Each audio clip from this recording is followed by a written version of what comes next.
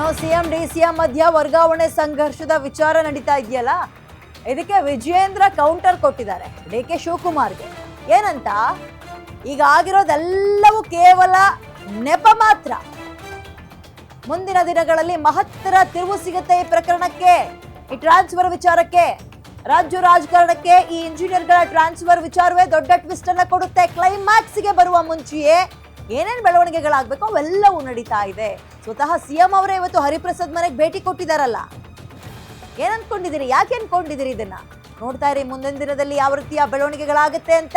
ಹೀಗಂತ ವಿಜಯೇಂದ್ರ ಅವರು ಇದಕ್ಕೆ ಒಂದು ಶಾಕಿಂಗ್ ರೀತಿಯ ಟ್ವಿಸ್ಟ್ ಕೊಟ್ಟಿದ್ದಾರೆ ಈ ಪ್ರಕರಣಕ್ಕೆ.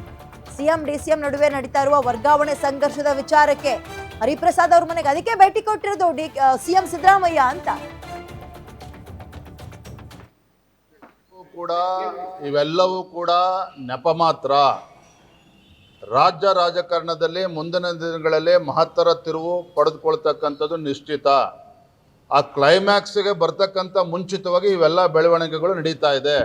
ಇವೆಲ್ಲವೂ ಕೂಡ ನೆಪ ಮಾತ್ರ. ರಾಜ್ಯ ರಾಜಕಾರಣದಲ್ಲಿ ಮುಂದಿನ ದಿನಗಳಲ್ಲಿ ಮಹತ್ತರ ತಿರುವು ಪಡೆದುಕೊಳ್ತಕ್ಕಂಥದ್ದು ನಿಶ್ಚಿತ. ಆ ಕ್ಲೈಮ್ಯಾಕ್ಸ್ಗೆ ಬರ್ತಕ್ಕಂಥ ಮುಂಚಿತವಾಗಿ ಇವೆಲ್ಲ ಬೆಳವಣಿಗೆಗಳು ನಡೀತಾ ಇದೆ.